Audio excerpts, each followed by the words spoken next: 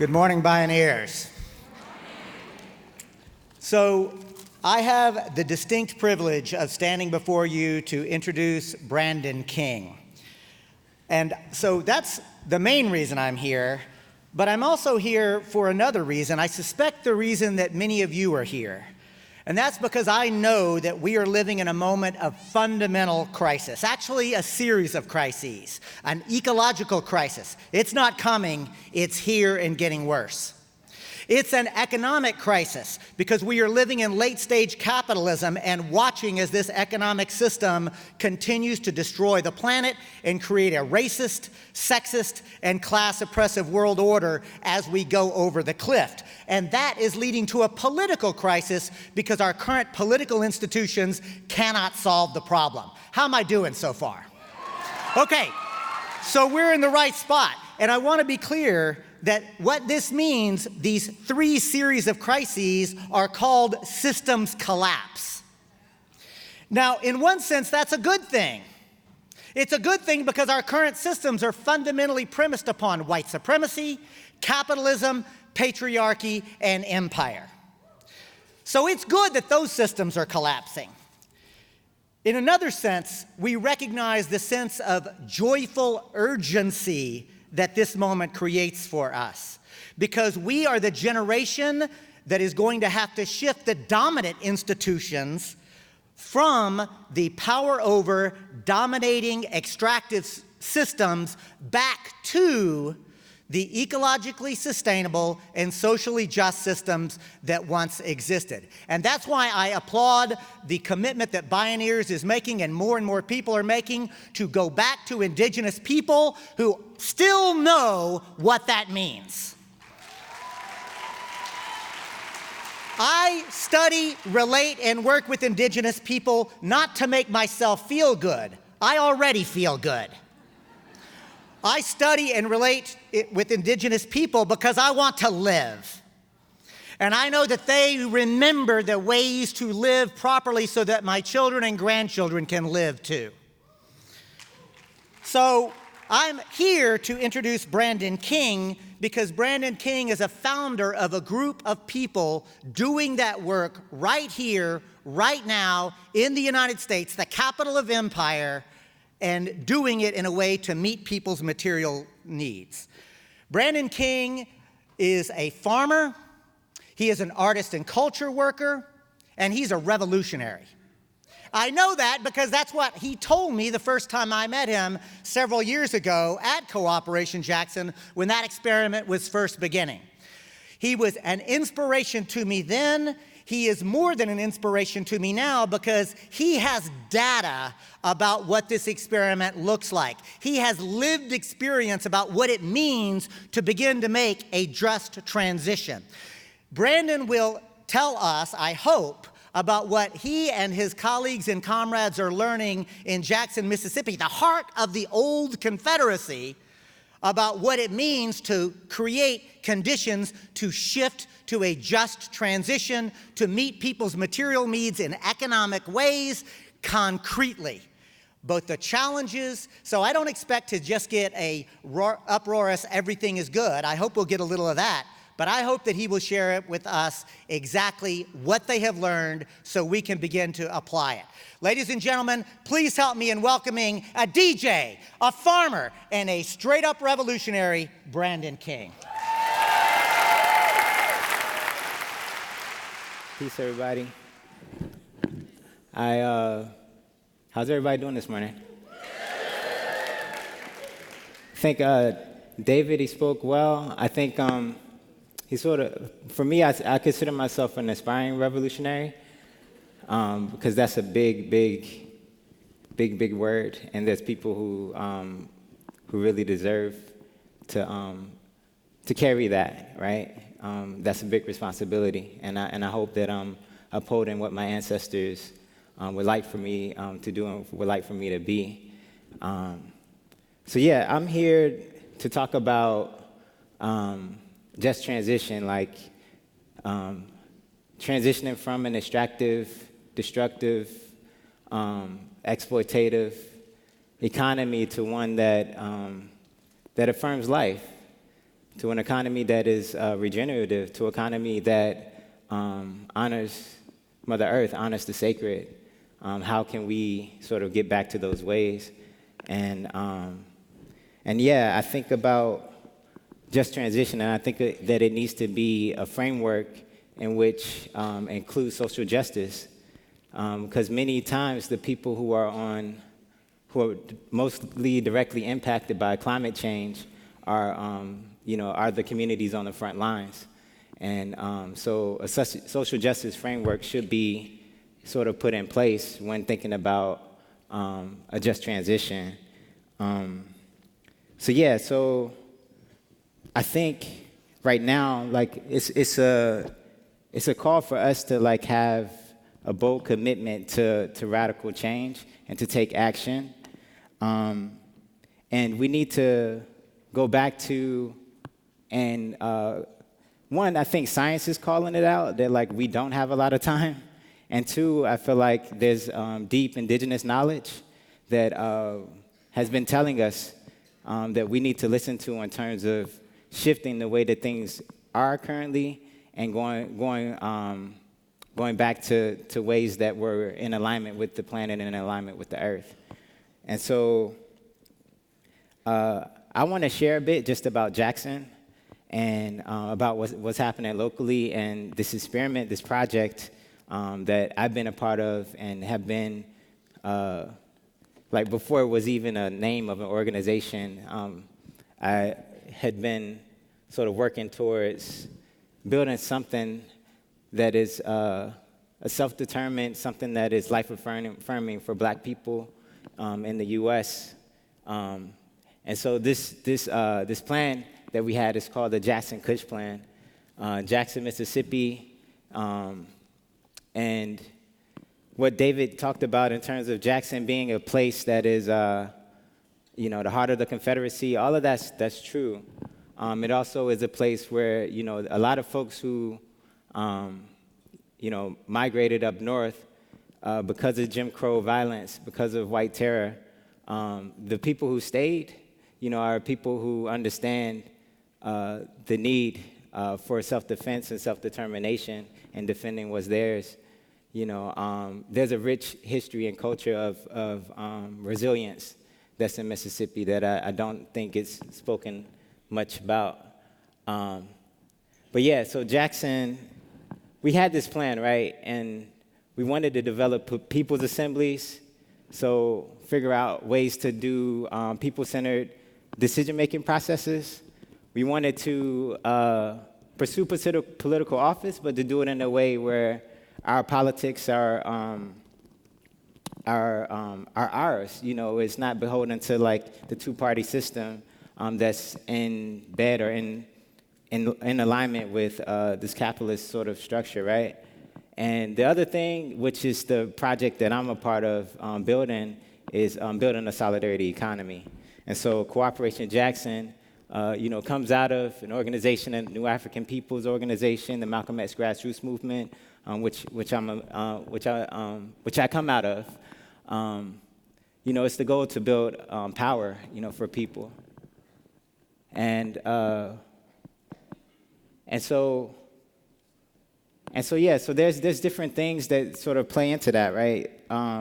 Jackson being a place that is in contention with gentrification and communities that are looking to prey upon the existing community, and grassroots folks that are looking to shift power and shift control and shift wealth and resources into, to themselves and to the community, right? So that's what we're sort of in the heart of. When I think about Jackson and when I think about just transition and how it looks in the South, it's something where you can't just build in a way without opposition in Mississippi. The laws, you can't even officially incorporate as a cooperative in Mississippi. So the question of building and fighting, it wasn't even a question around fighting because that's already is, And so when we think about shifting and transforming the world around us. We want to build in a way where we're building green worker cooperatives, where we're doing community production. I don't know how many people know about that. It's like, if you heard of maker spaces or Fab Labs or 3D printing, stuff like that. I feel like we're on the edge of being able to produce the means ourselves. I think the whole question around seizing the means of production is a real question and that needs to be addressed. And we exist in a world and a time where we can start to produce the means ourselves with the resources existing in our community. And so that's what we're embarking upon. With Cooperation Jackson. We want to build an eco-village. Like, how can we incorporate a bunch of different practices, from composting to using solar energy to using, producing the homes from the materials that exist within our community. All of these different things to build a sustainable sort of infrastructure for our folks. Those are some of the things. Because if you think about a just transition, for me, I'm like, capitalism in many ways takes our time. It takes our time, right? Like most of the time we're like working all day and all night or whatever because we got to pay bills, because we got to live in a house. We got to pay for food, But like, how about like if we were able to set up a situation where we have housing, we're growing food, that's less reason for you to like want money. You can have money, to do, other things that you like want to do. But if we take away the things that like are, if we take away the things that, actually, if we provide the things that we actually need in order to survive, it makes us less dependent upon these systems that are harming us. And so in Jackson, we have this thing called the Sustainable Communities Initiative, and my thing is, it's a local sort of project. Some things may be transferable to your situation wherever you are, and I think a principle of just transition is that, it's local communities figuring out what solutions work best for them. So with our research and what folks have been doing for 30 plus years, this is what we came up with in terms of how to address building a sustainable regenerative community. And, if you could see, thinking about alternative currency as something, building a community land trust, which is something that we have, eco-village, all of the things. And so just wanted to show this graphic. One of the ways that we sort of came about our work is we didn't think about it doing it just one thing. We're just going to do farming, or we're just going to do catering, or we're just going to do arts and culture, or we're just going to do composting. We were thinking about whole systems approach. What are the things that we need in order to sustain life? How can we work in a way where we are owning our labor? How can we work in a way where we're learning collectively how to be democratic with each other? I think this country, in many ways, talks about democracy, but we don't know how to do it. We don't know how to do it.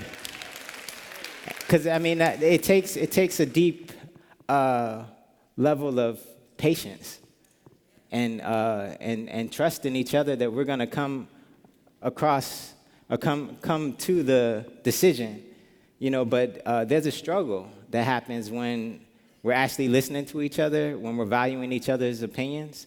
I feel like the exploitative, the extractive economy that values bosses, they're able to get things done a lot quicker because it's just one person that decides, but when we're making space for all of us to decide, the process is a bit slower.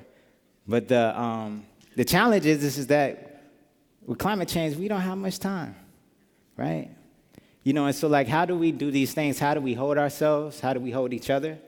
How how do we learn how to be democratic with each other? How do we learn how to share resources and wealth and distribute that with each other? All of those things are the things that we're experimenting with and trying in Jackson. And so, I don't know if y'all seen this map before, but this map is Movement Generation put it together, folks in the Our Power campaign, the Climate Justice Alliance, which Cooperation Jackson is a member, was just a layout of like what the extractive economy is and what the values are of an extractive economy, and how we can move and build towards a regenerative economy, an economy that affirms life, that the worldview is about caring, and protecting and honoring the sacred, where the purpose, is ecological and social well-being. We're building deep democracy, right? Like I said, like the being patient with each other, and knowing that it may take some time to come to decisions, but if we hold each other, then that's all the more good for us, right?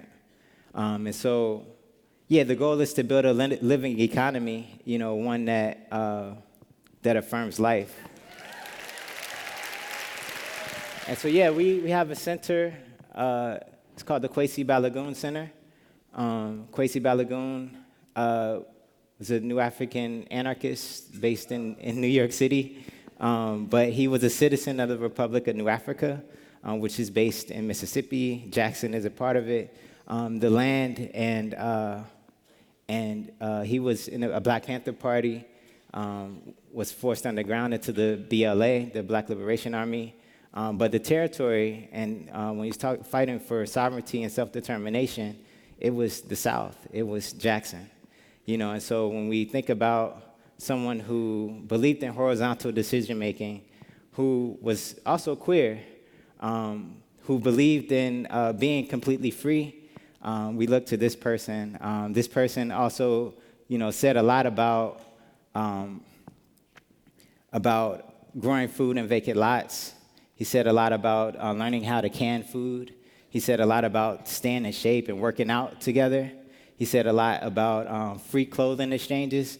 He said freely, named anarchist clothing exchanges.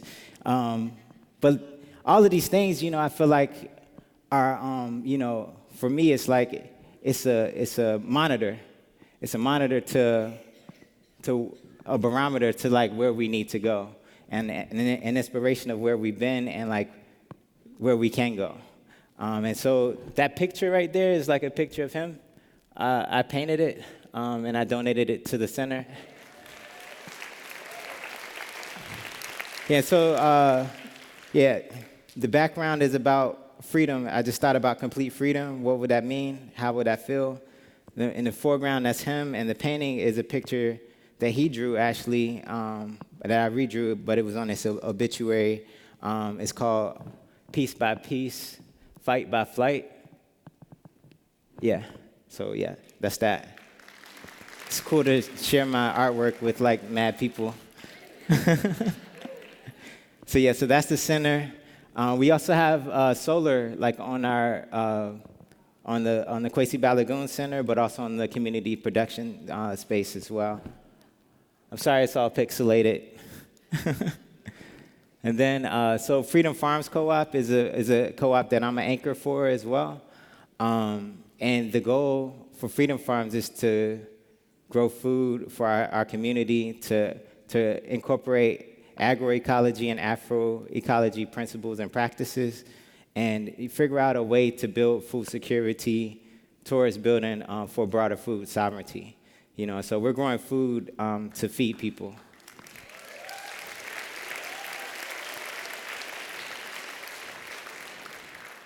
And so I mean the goal, we want to build to scale, but we also know that there's a learning curve, and there's also I feel like history and ancestral history and trauma, all of those things are real in the Black community, and it's sort of difficult to get Black folks to be back on the farm because of our history that we've had with the land here and how we've interacted with the land here based on our exploitation. And so there's a deep level of healing from the trauma that has to happen, and folks, and we're working on ways to figure out how to do that, you know, and to be mindful because we know that our history with the land came a long time before our enslavement, and we also know that because of the agricultural technologies that our communities had in West Africa, folks were directly targeted in order to implement that here on these lands. So yeah. So the green team, they do landscaping and composting, whatever trimmings that they get, you know, from the leaves or whatever from their jobs. We make that into compost. The compost goes back to the farm. Community production cooperative, like I said before, it's about how can we create the means of production ourselves using tools that exist. So Fab Lab equipment is like, I think, 30 or so different tools, like different robots kind of things. And if you put these tools together, you can make almost anything. And it sounds really weird until like you actually see it. And I've seen it. I've been to Fab Labs. There's one in Detroit that we've connected with, Insight Focus. There's Fab Labs all over the world, Barcelona and Chile, in Africa, all over. And so yeah, I think it's important to, you know, if there's things within our grasp, you know, that could help us to gain more control over our lives, like how can we do that, and how can we engage in that process, right? And so one of our goals is to be like, to de-link from the systems that are harming us. And de-linking, I think, requires us to have some sort of sense of what the value chain and exchange chain sort of looks like, and how do we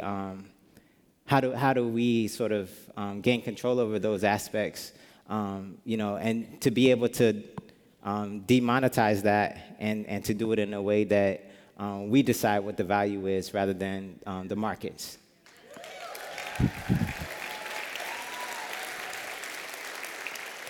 So yeah, you know, the goal of building a transition city, that's what we're about. The land that we have is on a community land trust, Fannie Lou Hamer. You know, it takes the land and the housing off the market. You know, you're able to say land in the community land trust can't be sold for over 99 years. And there's a board that includes people from the community that decides what happens to that land. You know, and so all of our land that we have, from housing projects to our production spaces, all of that is in the community land trust.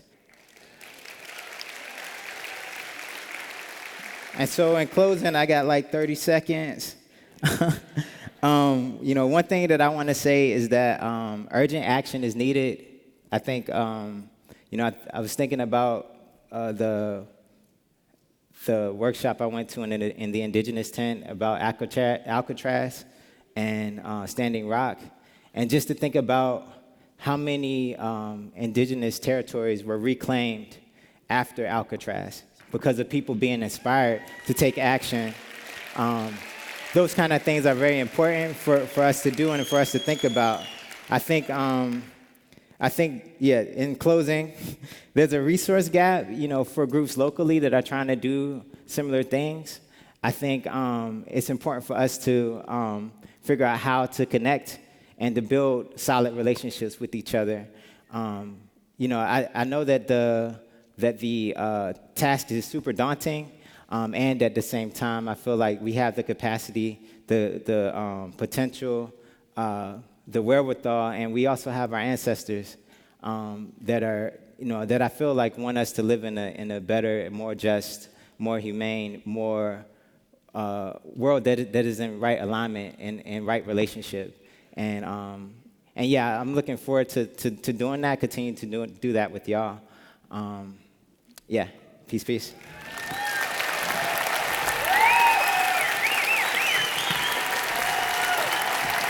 Oh.